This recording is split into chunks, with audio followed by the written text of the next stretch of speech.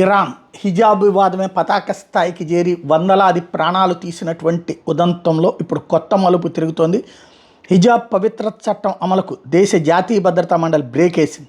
Iran తీరు పట్ల ప్రపంచవ్యాప్తంగా వ్యతిరేకత పెరుగుతున్న నేపథ్యంలో ఈ నిర్ణయం తీసుకుంది. ఆ చట్టం అస్పష్టంగా ఉందని, దాన్ని సంస్కరించాల్సిన అవసరం ఉందని అధ్యక్షుడు పెజెష్కియాన్ ప్రకటించారు. హిజాబ్ ధరించిన మహిళలకు జరిమానాలతో పాటు 15 ఏళ్ల దాకా జైలు శిక్షకు చట్టం ప్రతిపాదించింది. పలు కఠినమైన శిక్షలు కూడా సూచించింది. హిజాబ్ విషయం మీద ఇరాన్లో మహిళల మీద జరుగుతున్నటువంటి అఘాయిత్యాల మీద పెజెష్కియాన్ ఒకప్పుడు అసహనం వ్యక్తం చేసినవాడు. హిజాబ్ను బలవంతంగా తొలగించలేకపోయాం, దాన్ని ధరించాల్సిందంటూ మహిళల హక్కులను కాలరాసే అధికారం మాకు లేదు అంటూ ఇటీవల అధ్యక్ష ఎన్నికల ప్రచారంలో పదే పదే కూడా చెప్పుకొచ్చాడు. అలాంటి ఆయన ఎన్నికల హామీని అమలు చేశారని భావించాలి. మహిళా కుటుంబ వ్యవహారాల మాజీ ఉపాధ్యక్షుడు మొసోమే ఎబ్జేకర్ కూడా ఈ చట్టాన్ని విమర్శించినటువంటి వాడే. మహిళా కుటుంబ వ్యవహారాల మాజీ ఉపాధ్యక్షుడు అయినటువంటి ఈయన ఈ చట్టాన్ని అమలు చేయడం అంటే ఇరాన్లో సగం మంది మీద అభియోగం మోపి జైళ్లలో పెట్టడమే అని గతంలో వాదించినటువంటి వాడు.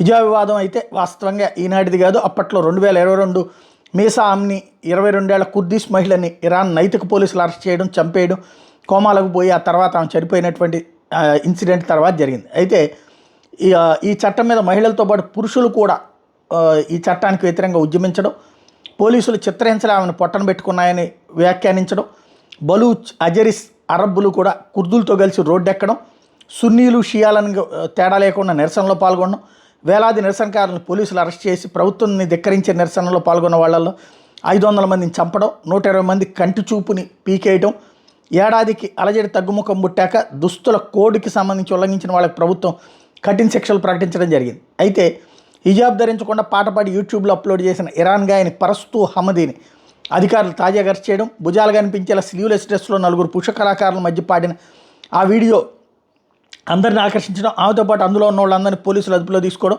దాంతో మళ్లీ నిరసనలు మొదలైనవి. 300 మందికి పైగా ఇరాన్ హక్కుల కార్యకర్తలు, రచయితలు, జర్నలిస్టులు కొత్త హిజాబ్ చట్టాన్ని బహిరంగంగా ఖండించారు. సర్వత్రా విమర్శలు వెల్లువెత్తినటువంటి నేపథ్యంలో అహ్మదీని విడుదల చేశారు. నిరసనలు పెరిగి 2 ఏళ్ల నాటి పరిస్థితి పునరావృతం ఎలా ఉంటుందో హిజాబ్ చట్టం అమలును తాత్కాలికంగా నిలిపేస్తూ ప్రభుత్వం నిర్ణయం తీసుకుంది.